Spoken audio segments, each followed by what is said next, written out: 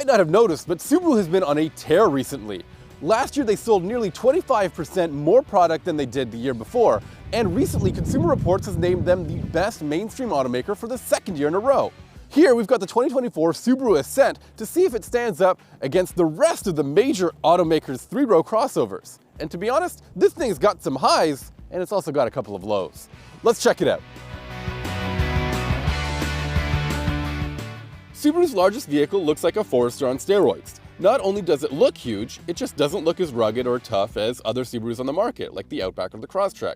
So far, there hasn't been a wilderness model to help bump up this three rows appeal, and that's a bummer. Compare this to something like the Honda Pilot, Kia Telluride, or Mazda CX-90, and it's clear that the Ascent is lacking in curb appeal. But consider that you can get into an Ascent for as little as $45,000, it makes a little bit more sense. Who cares how it looks when you get all the basics delivered for a good price?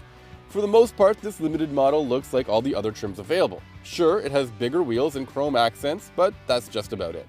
Once you hit the road, you'll quickly notice all of the highlights and lowlights of this vehicle. Under the hood is a 2.4-liter turbocharged four-cylinder engine that makes 260 horsepower and 277 pound-feet of torque. And honestly, this engine is pretty good. The main issue is the CVT it's attached to.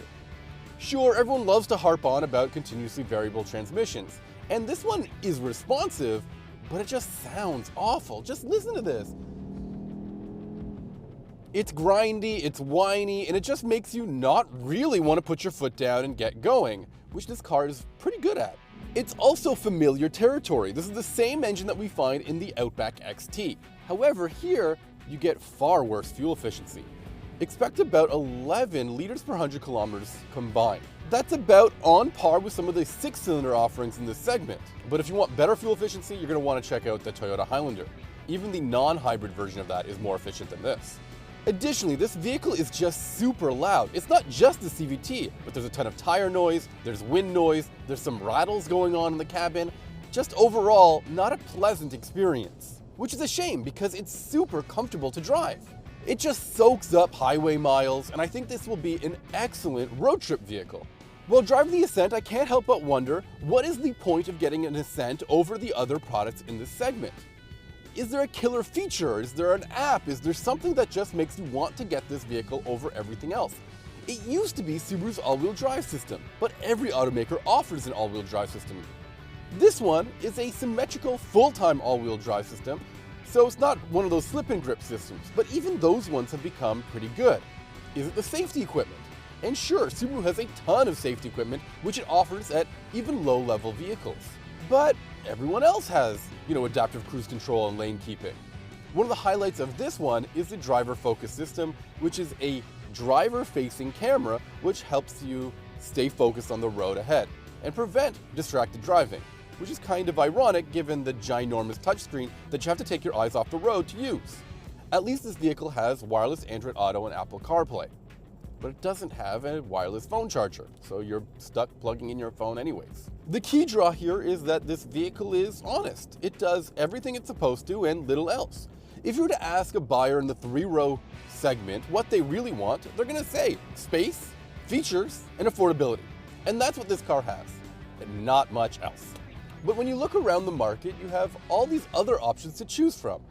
Nissan has cool NASA-inspired seats. Toyota offers hybrids. Volkswagen has a pretty swanky interior, as do the Korean automakers. There's nothing here in the Subaru that makes you just go, wow, that's what I want.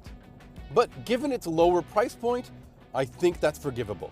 One more thing to mention about this car is that it's kind of boring to drive. I mean, it's a three-row crossover. All of them are somewhat unengaging, but this one in particular, not very stiff, not super responsive. The steering goes generally in the direction you need it to, and that works out. But if you want something that feels a little bit more responsive, the Mazda and the Kia Telluride is probably a better pick. If you dodge all the superficial stuff, you'll find that this is a very practical vehicle. I really appreciate these steps on the side sills that help you access the roof rack. And there's also grab handles on the captain's chair to help you steady yourself while moving around the cabin. The third row is fairly usable, but if you're after a more regular third row experience, I'd recommend something like the Traverse or Volkswagen Atlas, which have a little bit more room back there. Behind the third row, you'll find 458 liters of cargo space, which expands to 1,200 liters when you fold that third row down. That's plenty. And when you fold down all seats, you get over 2,000 liters of space, which is tons. However, I do wish that the folding procedure was a little bit more user-friendly. Instead, we've got a bunch of levers and stuff in the second row, and then we've got a bunch of straps in the third row. It's not very intuitive at all. The second row seats are very comfortable and spacious, especially these captain's chairs, which feature heated seats, manual sunshades, and USB ports. And there's a big panoramic sunroof as well. But I will admit, these features just don't feel as special as they do in some other three-row vehicles like the Kia Telluride or Hyundai Palisade.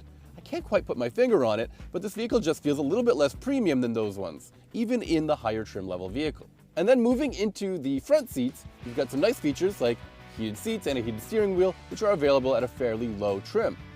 And the seats are just okay. They're not super supportive, and they're not overly comfortable. They're just good enough. And that's just what Subaru is going for, I guess. The infotainment system is the standard Subaru fare, an 11.6-inch unit with massive buttons on the touchscreen. It's okay in terms of responsiveness and usability. And there's a neat little passenger PA system so that people can hear you without you having to strain your voice. Again, I'm going to reiterate, this is just the bare minimum sometimes. A major draw of the 2024 Subaru Ascent is its eyesight safety system, which uses a couple of cameras that are mounted here on the windshield.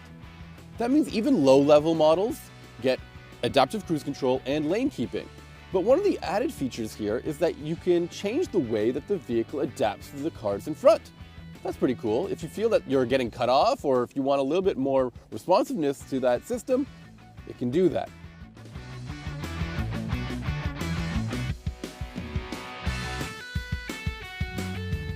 The 2024 Subaru Ascent is spacious, reasonably equipped, and affordable.